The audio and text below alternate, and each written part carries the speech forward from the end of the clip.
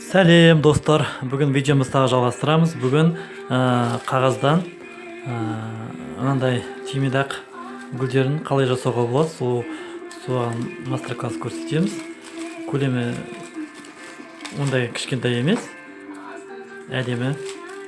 Сіздердің бұндай гүлдермен үйдегі фотосессияда немесе мектептегі мерекелерде, тағы қуаныштарда әдемі етіп безендіруіңізге болады.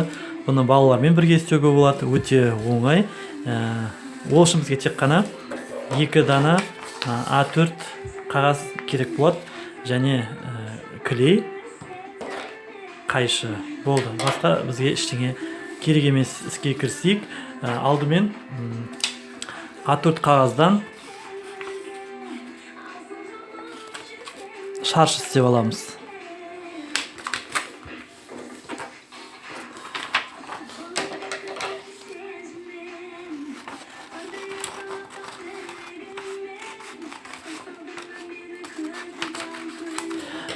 Мына жағын лақтырмаймыз, бізге керек болады.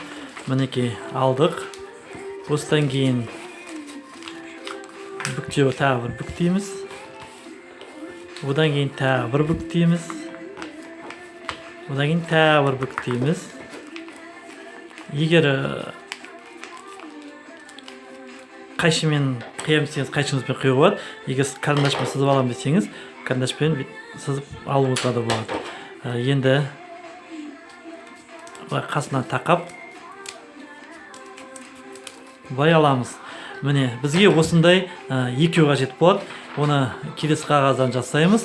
Тек бір өзгешелігі, келесі жасайтын күртешеміз мына күртешеден кішкене төмендеп аласыз. Суреттегідей, мынадан кішкене қысқа болу керек, түсуге көріну үшін. Тап осы әдіспен істеп аламыз. Содан кейін күртешелеріміздің арасын қиямыз. Барлық жерін қалдырмай түгел қиып шығамыз.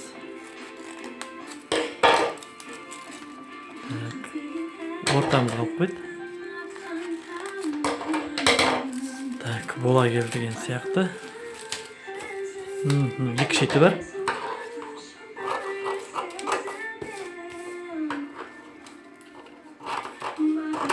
Содан кейін күртешелеріміз көтерілу үшін бүктеп шығамыз.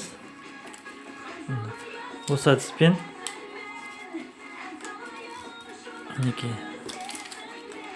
осылай күртешелерімізді көтеріп шығамыз. Осылай екі гүлімізді дайындап аламыз. Мінекей, біріншісі дайын болды. Мінекей, екіншісі де дайын болды.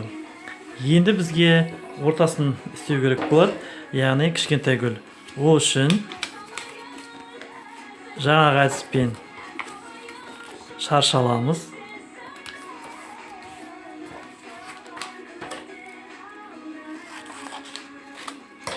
Бүктейміз. Тағы бір бүктейміз.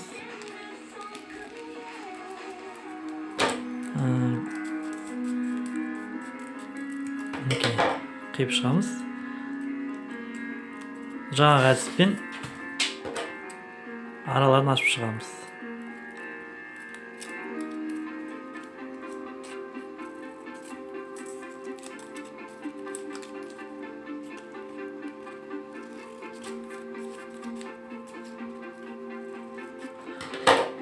Мана басында көрсеткен әдіс бойынша гүлдерімізді түгел көтеріп шығамыз.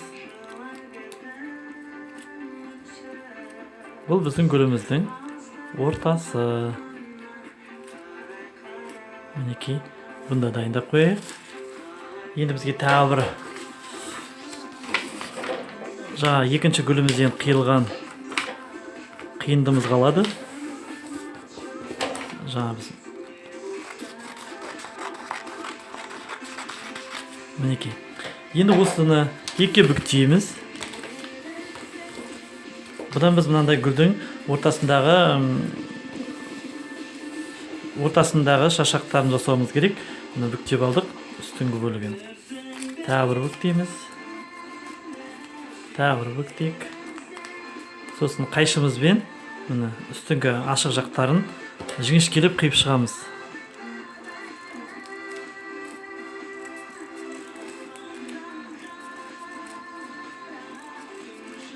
жіңішке болса әдемі болып шығады. Егер ортасын сары түс қыламын десеңіз, сары қағаз алуыңызға болады. Бұны міндетті түрде ақ гүл емес, әртүрлі сары, қызыл гүлдермен де жасай берсеңіз болады. Содан кейін ашамыз. Мінекей, қайшымен немесе қағазбен кішкене майыстырып шығамыз.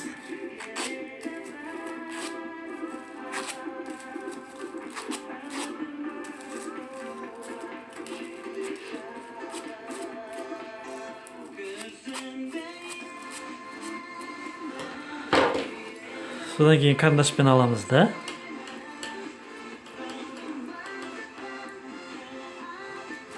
Клеймемен қатырып жіберейік кішкене.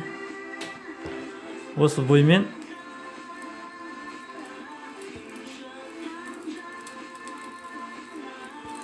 айналдырып шығамыз.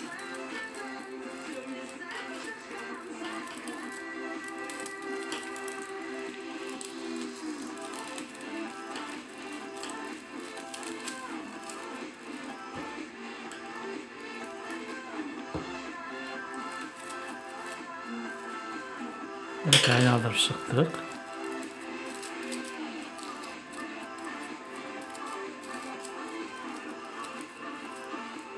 Kışkini aşağı sürüyoruz.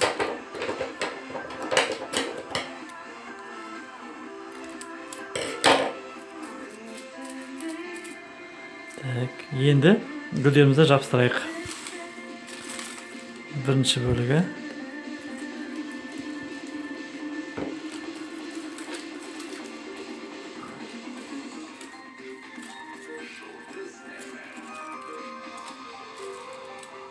Мінекей.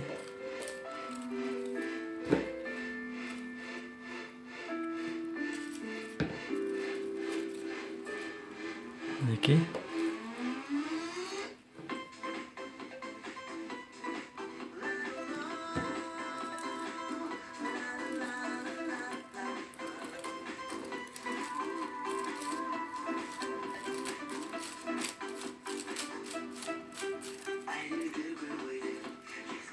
Мінекей дайын болды.